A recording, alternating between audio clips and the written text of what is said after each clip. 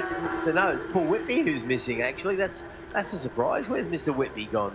Yeah, Seems strange. Paul and Kev, I think, are not around. Okay, Kev Woolley's pulled out as well. Oh yeah, blimey, that's a whole row we're missing, isn't it?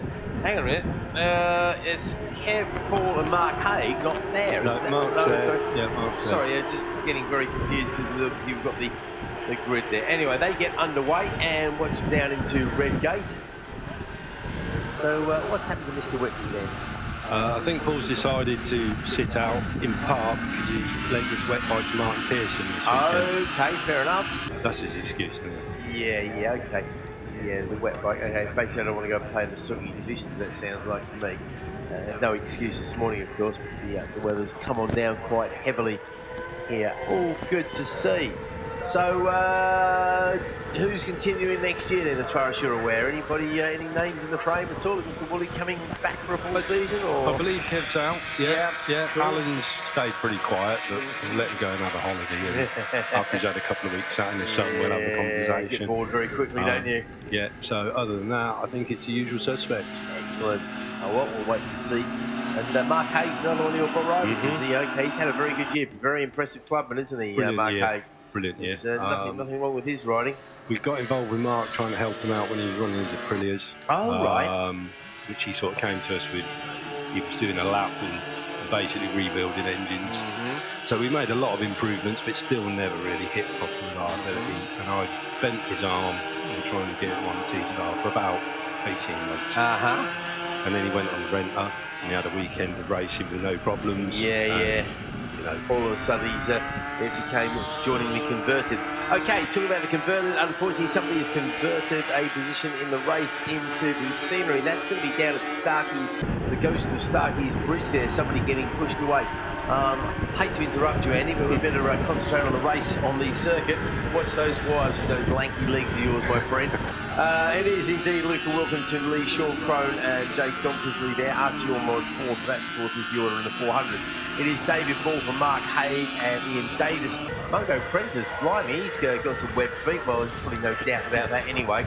And he's running around fourth in class at the moment. In fact, it's the Clubbins, Haig and Davis, running around in second and third. So that would actually put Mungo second in class. That would be absolutely brilliant if he could suddenly drag home a medal. Particularly looking at the state of that machine. I guess you're going to claim no ownership at all of Mungo's machine, are you? No. And I don't blame you at all, my friend. Ellison May, that's David May, of course, Tom Ridley, Michael Pinchers, Damien Lee, and Moody Pearson, Marshall Turner, Whitlock and Patterson. Have you seen Chris Whitlock's machine? I built it. Okay. Don't mean to boast, but I built it, yeah. Absolutely immaculate machine. Well, credit to you there, Andy, because that is a genuinely lovely machine. We were looking at and admiring it yesterday, thinking, blimey, we've all had race bikes like that for one meeting, haven't we? I have been telling him it's going to be in the gravel at some point. He's not listening. He doesn't believe you. Yeah, righto. Welcome to YPM racing, welcome to racing in general, basically. All right. No change in the order of the 400s as they come across the line to complete their second lap. Here come that gaggle of TZRs. It is Ball leading Davis and Haig. Haig moving past on Ellison. Mungo going back one there as well as Ellison goes past on him. A little bit of chopping and changing. Somebody into the pits. The 777 machine of David May, unfortunately, finding his way into the pit lane. So, unfortunately, he won't be going any further in this race. David Ball doing what he needs to open up the gap between himself and Mark Haig there in third as far as the championship goes. But nonetheless, a very impressive performance, as we were saying before, from Mark Haig, his first full season in the YPM. And Mungo, actually, even though he drops down a place or two, he is still second in the main YPM championship because the Clubbins actually seem to outnumber the regular riders in this particular race. There's the enthusiasm of the club is not quite as jaded as the main runners. In fact, the demise of David May, that means I think if you're going to finish, you're going to get a medal in this race, basically. The rookie Chris Whitlock leads the rookie class, but he's only one in it. So, yeah, well, you can only beat who's out there at the end of the day, can't you, Andy? Yeah, exactly. Oh, you seem to have lost Alan at some point, the scooper. Yeah. On there. Yeah. Now, why is he not on the screen at all? I don't think he was on the grid, to be fair. That's why I was getting confused with the way the whole grid was. It's I'm pretty sure Alan was in the middle of the first row, and he's not actually shown up. Either that or the timing screen's missed him completely, but I find that very hard to believe. It's David Bull, very convincing lead as he comes across the line to complete lap 3. This is the main battle on the track. This battle for second place between Davis, Haig, Ellison and Prentice. Prentice there moving back past on Haig. So in fact, Haig goes passed by Ellison as well, so he drops back a couple of places. Mungo enjoying this, clearly likes the wet weather. Been around the paddock for a long time with Mungo on 2 and 3 wheels. Him and his good friend Dougie Edmondson up to all sorts of antics with some very odd machinery, including Prometheus Cup BMWs, all sorts of oddities there. Do any two-stroke work on sidecars at all? Any classic two-stroke sidecars at all out there at all, mate? No. Obviously, we went to the sidecar meeting earlier in the year and had a good look round. Yeah. Some really interesting machines, but no, nothing through the door on that side of things yet. No, because I remember back when the TZ350 engines used to be a very popular power plant for these sidecars. Obviously, they've well and truly been taken over by the 600cc 4-strokes. The Open 500 class, what sort of machinery do you think is going to be the thing to have in that particular class there? Obviously, it will favour the 2-strokes, you would have thought, because you could have an RD 500 or something like that in the class, couldn't you? Yeah, I mean, looking at sort of NG that run a very similar class, there's quite a few TZ 250s, 350s again there, so there's several of those in the paddock we know of, so I think that's going to be popular. On the 500 front, I'm not so sure, there's just not many around. We might get somebody drag one out. I know there was an RG kicking around a few years ago. Maybe we'll see one of those out. But I think it's come as a little bit of a surprise, so I think people need to get suddenly. It is a bit of a last season kind of thing. It's not one of those things we've had a long run into, isn't it? Yeah, you're right. It's a very interesting machine. I think it's here sort of RG framed an RD 500 powered RG framed machine at Indy as well, the Yamaha thing. That was a very nice piece of engineering there, and I believe there's a couple of things like that floating about as well. As you mentioned the RD 500 that you've got there, because RD 500s, I don't think they ever made a particularly good race bike anyway. I do seem to remember a chap called Doohan doing quite well on them in the 80s in Australia, but he was one of the very few that could seem to get those things to work properly. But certainly at club level, I don't think they've ever really featured, have they? No, they haven't. I mean, we've built a few recently. Chris Whitlock's got a really, really nice special that we did about 2 years ago. And it's making great power and a really nice delivery, so it'd be interesting to see what it could do. Just need somebody who's prepared to throw that sort of money down the road, really. yeah, that's unfortunately, it is a lot of money these days for a classic two-stroke. Now, I will say, actually, in recent months, I don't keep that close an eye on it. You probably keep a much closer eye on it than I do. But the two-stroke market seems to have flattened out a little bit, if not come down just a little bit. I've seen a few bikes cheaper than I would have thought they'd be going for. I mean, they're not fetching the absolutely stupid money that they were a year or two ago. So maybe the market's flattening out. And, I think so, but I think it's everywhere, Keith. Yeah, just in general. Less money for people to spend, so things tighten up a bit. Yeah, absolutely. There certainly seems to be plenty of interest still, so hopefully this 500 car could really be a catalyst for the next few years, really. It'll give somewhere for our 400s to go, of course, because again, classic 400 races. Unfortunately, in the last couple of years, they've come down a long way. We were thinking the ZXR 400, the new one, would be the way to go. We have seen a few refugees in the British Championship come out to play with those. But right now, you can have a look at the unfortunately small field of just 4 of them out there at the end of the season, with Wilkinson leading the way. And there was a time when we would sort of see oversubscribed grids with the EDI Asia 400. The John Sanders support unfortunately hasn't been there for a while.